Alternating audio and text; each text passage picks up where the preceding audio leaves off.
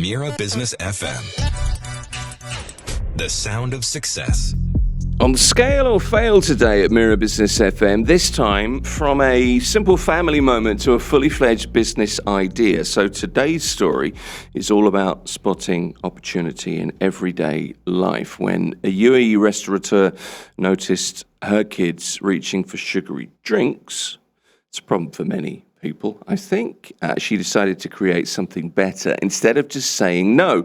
So joining us once again, 3, 4, 5 months ago, I think, Lourds Adalia-Evertse is the founder of Drippy. That's the drink name. And she's also the managing director of Spice Grill, along with her 2 sons, Theon, who is apparently distance learning, and Kyla is alongside me. The sons are chief soda officers.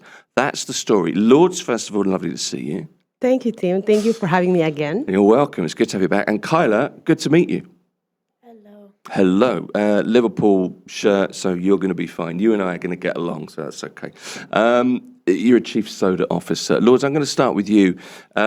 We talked about this before, and when you were talking about the restaurant before and your journey, because let's be polite, you are a serial entrepreneur. You go after something, you go and get it. And you were talking about your next steps. You were about to go and see, I think, a distributor. But let's just jump back to when you realised that the drink thing could be a business and not just like a family idea. Yeah, because when I started conceptualizing Drippy, I see the gap in the market. I've seen most of the parents' problem because when I thought about creating this, I actually did a survey question, like a little survey question, and I sent it to the parents group in WhatsApp. I did that part. So I said, if there will be a healthier alternative soda, would you give it to your kids? And I'm surprised with the answer of most of the parents in the WhatsApp group. And they said, yes, we're willing to try. So for me, that was an eye-opener that, okay, I'm not the only one who had this problem. And then after that, I did a focus group discussion in the restaurant at Spice Girl. I invited few moms with their kids are on the different age bracket of my target market between 7 to 13. And then I had a sample and then we had a discussion and I'm surprised that they actually like it. They're not all my friends. I invited different people. So, a genuine response from them. So that's when I decided to, I need to keep going. I need to keep pushing for it because it's a problem that no one is looking after because, it's a very small market, but there's a problem in it, and no one is touching it. So for me, I was like, okay, let me start small. There's no harm. This is when I met you before, and I said, yeah, I'm going to speak with a factory in Oman, and maybe I could do it there. But, things didn't work out. Okay, so that didn't happen, but you're still, the idea is still there. You've launched, but you've launched smaller, haven't you? Yeah. So what happened is I keep having a rejection from factory here because of high MOQ and with the pricing. And then one day I thought about, you know what, let me do a small scale. Let me try the drinks in the restaurant because I have a real consumer. I have a real guest already. I have kids, parents, families who's coming there. Why not try to test the market? So I even bought a can sealing machine, put it in the restaurant, and then we're doing it in a small scale, and then we're selling it. So I can get the real feedback from the guest, from the consumer, with different nationality, with different age bracket. And honestly, for the first week, I'm receiving a good feedback. So, let me build the brand first. Okay, so you're going to do this in the restaurant. You've got, how many restaurants have you got now? 3. You've got 3 restaurants now. So there's a mini distribution center, I suppose, testing ground, if you like. But why did you, this is the thing. Okay, so you saw an opportunity there and you don't want your children drinking, too many sugary drinks. I get that as a parent, but most people don't go, right, opportunity, limit what the kids drink. I'm going to launch a soda brand. I want to be the next Coca-Cola or whatever. Most people don't do that. Yeah, because maybe people are afraid of trying, or people Okay. don't want to be a David and Goliath scenario. But for me, it's about you cannot limit the kids. I cannot be a parent who always say no. Why not give a better, healthier alternative? I'm not saying it's a juice. I'm saying it's an alternative because there will be a moment wherein the kids will just go to the grocery or the kids will go to the party and they will just grab it. Might as well build something wherein it's easier for them. I mean, as a parent, it's much easier for you to say yes. It is, and it's the parent thing is the difficult thing, isn't it? Because you don't want your kids to be left out because lots of their friends are drinking these drinks, but you don't want them to drink too many. But denying them creates, I'm going to do this behind your back kind of thing as well. So, no, I get where you are. Let me ask Kyla. You are one of your mum's chief soda officers. It's quite a good name, actually, a CSO. I quite like that. What do you think of the drinks? What is it about the drinks that you like being involved in? Is it just flavors? Is it just the excitement? Like how you taste test it. Okay. Tell me about taste testing. What do you do? Do you sit? Is it like a laboratory where you're No, it's just at home in the beginning. I'm You're mixing. just at home, Yeah. right. She mixes stuff and then we try to approve it. What are you looking for when you taste them? What kinds of tastes do you want? Like fizzy and kind of sweet but not too sweet.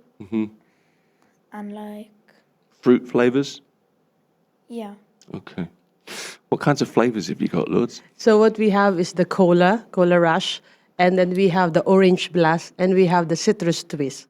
So technically, that big three flavors, I just try to do it in a kid's version with no caffeine, no added sugar, and with vitamin C. That's the goal. Okay, and you can do that at home easily if you've got a I have- carbonating. Yeah, the formulation, our special recipe, and then we just do it. We just do it in the restaurant. Have the carbonated water, and then we have the can sealing machine. It's very cool. Actually, I like it. So, what's the reaction been like in the restaurant? Because if I'm at the counter, for example, and I'm placing my order, and there's the fridge there, or the drinks are on the menu. No, what I'm happened? not distinguishing between the big brands and your brand. I just see like a cola alternative. It's kind of likely I'm going to give it a go. Yeah, I suppose. just surprisingly, most of the feedback from the parents and the kids is the similar taste with the other brand. It's just the content on it. So now, I mean, I'm receiving orders inside the restaurant from the guests. So technically, yeah. How have you adapted? The thing about your carbonated drinks is that they're generally quite sweet. That's very attractive. It's for your palate. You enjoy it. You get refreshment from it. But how do you get rid of I don't know how many spoons of sugar there are in most of these drinks, but it's certainly double figures. Yeah, but what we use is we use another sweetener, which is not a sugar. So yes, so it can really taste the similar taste of the others. Because bear in mind that for kids, compare with the big brands, what's the goal is for them, it's just the flavor and fizz. That's it. Yeah. They don't care about the others because as long as the preteens and children taste the taste of, for example, the cola, as long as you meet 50%, 60% of the taste, and then the fizziness, then it's already a product. Okay. This is a hugely competitive market. Yeah. There are some big players. Yes. I always think if you want to go to somewhere really remote, you have to find somewhere that doesn't sell Coca-Cola on this planet, and there aren't many places left. So I mean, clearly it's really competitive. You've had a few setbacks doing this. You kind of moderated your ideas. How do you handle the setbacks when you go and say this company in Oman, for example, that you wanted to do the manufacturing with, and it didn't work out for whatever reason? How do you handle that? How do you approach it? As a human being, of course, it's normal to feel disappointed. But disappointment is part of the journey. But it's about getting back on your feet. So for me, okay, I got disappointed. I stand again and keep searching, keep thinking, what's next? How can I do better? What angle can I do? And that's when I realize of finding a local manufacturer here. Yes, it didn't work again. Okay, then there's another another way of doing it in-house. And you'll never know how this brand can grow, because most of the people, I've realized that it's always about the story, how you build your brand and the company. And I'm hoping one day that a big manufacturer will notice me. Then, I can have a distribution partner and stuff. So, I'm hopeful. For me now, it's about starting small, be authentic on what we are building. And then later on, hopefully it will be big. It's so about the story. You're so right if you can get that right, but also if you can tell the truth in that. If you are authentic with that story, that's so important. It's a tough time to launch something like this, isn't it? When did we speak? It was about November last year. I think we were talking about the restaurant, Spice Grill, and now you're doing something else. What's it like launching something at a time like now? Because, confidence is not in oversupply, is it? Because there's so much uncertainty. Yeah, when I launched Spice Girl, it was during COVID also. And I think I have that thing. You've got that mentality now. Launch when it's hard. Yes, because you don't start when it's easy. You launch when it's hard. You build the brand. You build your following. You build, the community. And once things are easy, then you expand. Then you scale. That's my goal. Because in the end, when starting a business, no one knows about Drippy. But then you start people to buy into, what actually you're building. Who thought of the name Drippy, by the way? Where does that come from? Is that Kyla? Was that you? That was really you. So this is your name. He owns the trademark then. You trademarked the name Drippy. Okay. Do you think, Kyla, can I ask you this seriously? How old? You're 9, right? Yeah. Okay, you're 9. So you're a chief soda officer at the moment. You're the youngest person we've interviewed on this channel in this segment. In fact, I think you're the youngest person we've interviewed, full stop, to be honest. That's good to know. So you hold a record as of today, so you can wear that. But could you see yourself doing this as a career? After playing for Liverpool Football Club, that is. Could it be a career for you? Could this be something that you do for your living, to make your money? Yeah. Okay. Do you think, are you seriously thinking about taking the crown from your mother? You get her out, and then you just take the business to the next level? Actually, he's doing selling his special drink and lemonade in the park, by the way. Okay. So that's where all this comes from. It's the thing that really gets me about this. I love the idea of it, and I think your policy, your kind of style of going back to the restaurant and using that as a launchpad, that makes a lot of sense. But how are you going to take this forward and get Drippy to stand out? What plans have you got in that way? For currently, like what I've said earlier, is more on the brand building, and later on, of course, I will pitch it to get a funding for this brand, to scale it in a bigger one, because of course I cannot do it alone. It has to be, I need to go to the next level. But what I'm doing is I'm building the credibility of the brand first, and getting the story right, getting the taste right, getting the real feedback from the real consumer. And time will come that I can scale this, and I believe in myself because I put it in my head, and that's the vision. What does it cost for a can of Drippy? As of now, we sell it in. As of now, we sell it in the restaurant. So the cost is 10 dirhams. Okay. Yeah. All right then. Long term, obviously, that will have to change. That one will be dropped when you do the scale production and things. Yeah. Okay. So I guess that your background is all restaurant industry, isn't it? Certainly in more recent years. How did that help with the drinks brand? No, I think it helped me in a way to shape my idea of doing the testing, and also knowing that, okay, I have restaurant background, but this is a drinks business. This is a distribution business, but it's more on all the lessons that I've learned from before. I can apply it moving forward on how to, make Drippy goes big. It's the name that gets me. I actually think that could work. When did you think to yourself, because, this is like a home thing. This is, I don't want my kids having too much sugar. What can I do about this? All of a sudden it comes together and you have an idea. When did you know that, and serious question here, because you're not messing about with this. This is something that you believe in, and there's real good in it. When did you think to yourself, actually, this could work? Actually, the way how it's really started it is I'm gonna adapt it when I started doing my triathlon training. I was cycling in Al Qudra for 3 hours, and I told myself, what's the next business that I want to do? I want to solve a problem. And I keep thinking, my 3 hours ride, you're on your headspace. So I keep thinking. And then I was like, hold on, my kids, they love soda. They always like when they go to the grocery, they will grab the soda. When we go to the restaurant, Mommy, can I have a Cola Zero here and there? So I was like reminiscing and thinking back. And I was like, no, this could be a moment because I'm solving a real problem here. Then it back up with the real answers from the parents from my survey, whether if there will be a healthier alternative soda, will you willing to give it to your kids? And majority of the parents' answer are yes. Then when I did a focus group discussion and they tried the taste, then there was a positive review. So that was the moment that, you know what, I can really do this as a business. It's just, let's start it small and then let's scale it later. Because there's no big company who started big already.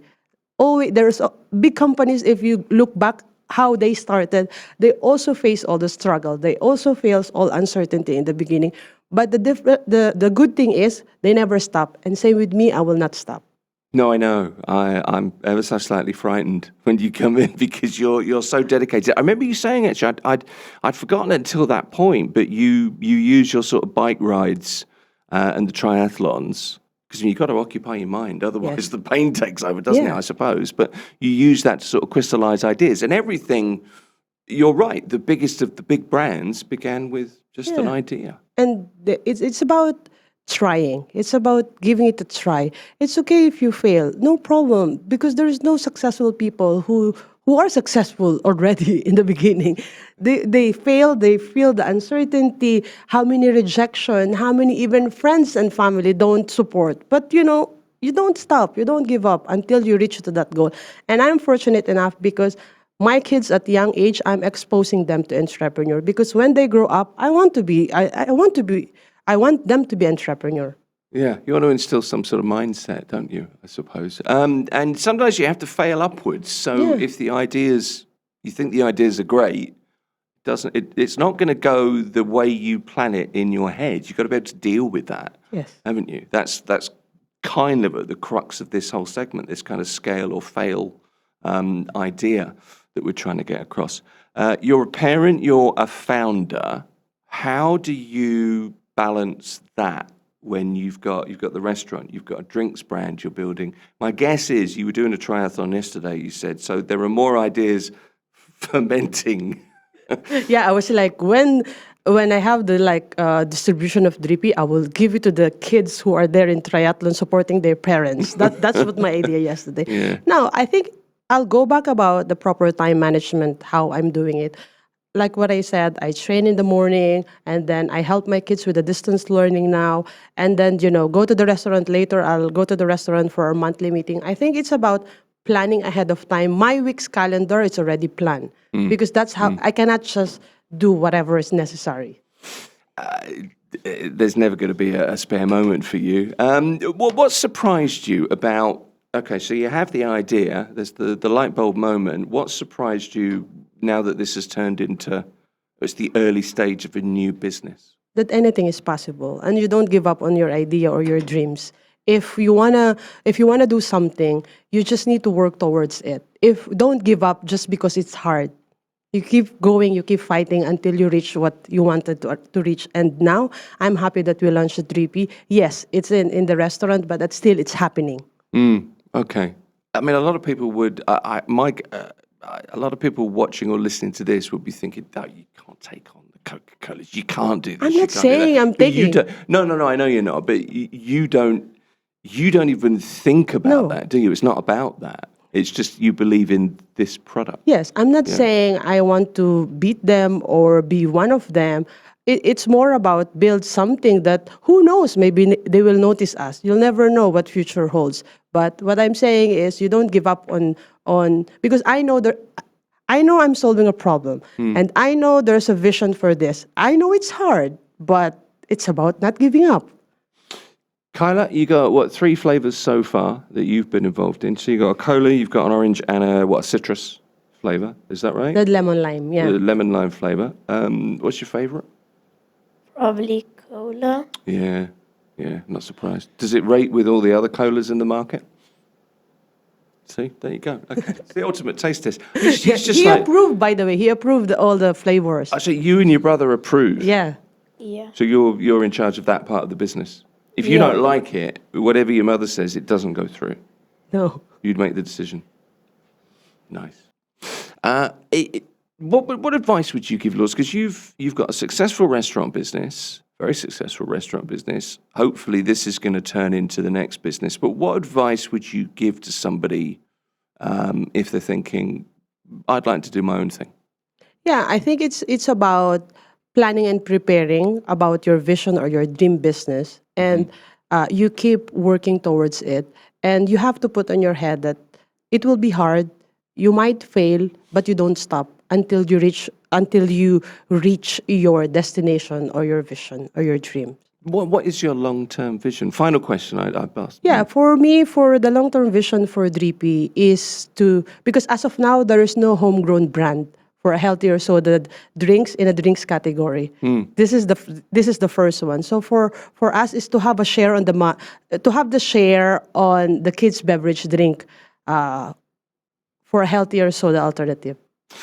Let's hope it works. Yeah, hopefully. It's fascinating. It's brave, and it's probably a really good thing, I guess, as well. Lourds Adalia-Evertse is the founder of Drippy, managing director of Spice Grill.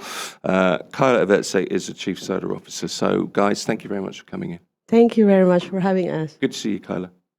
Hello. Thank you for coming in. This is Mirror Business FM.